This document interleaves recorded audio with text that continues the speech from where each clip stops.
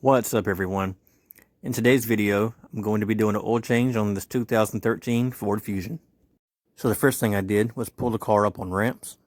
So I'm going to position my catch pan underneath this oil drain plug. The oil drain plug is a 13mm socket. Alright, so we're going to bust the drain plug loose. So I've got it loosened up enough I can take it off by hand. And we're going to let all that drain out.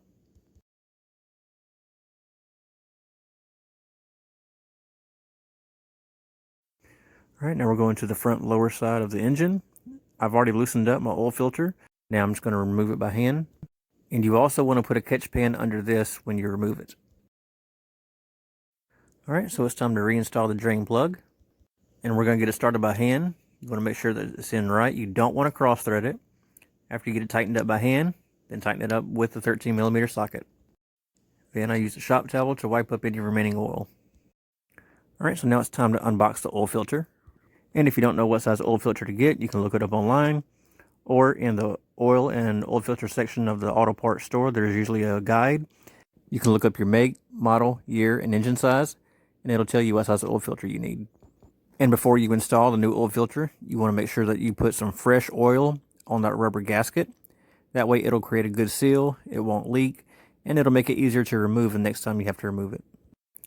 Alright, so we're going to get that started up by hand, get it tight, and then we're going to finish it off with our oil filter wrench.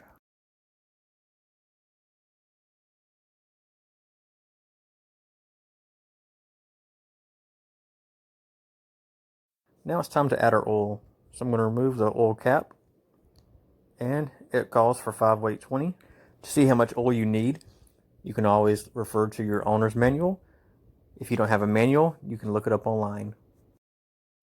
And this calls for 5.5 quarts. So I'm going to add my funnel, and then my 5.5 quarts of oil.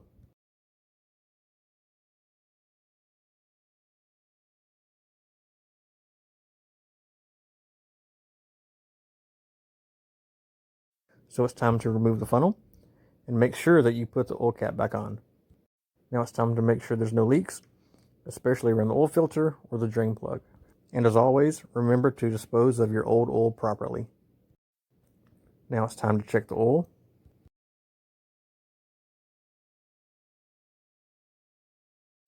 And we're good. And that's it. If you found this video helpful, hit the thumbs up button and subscribe.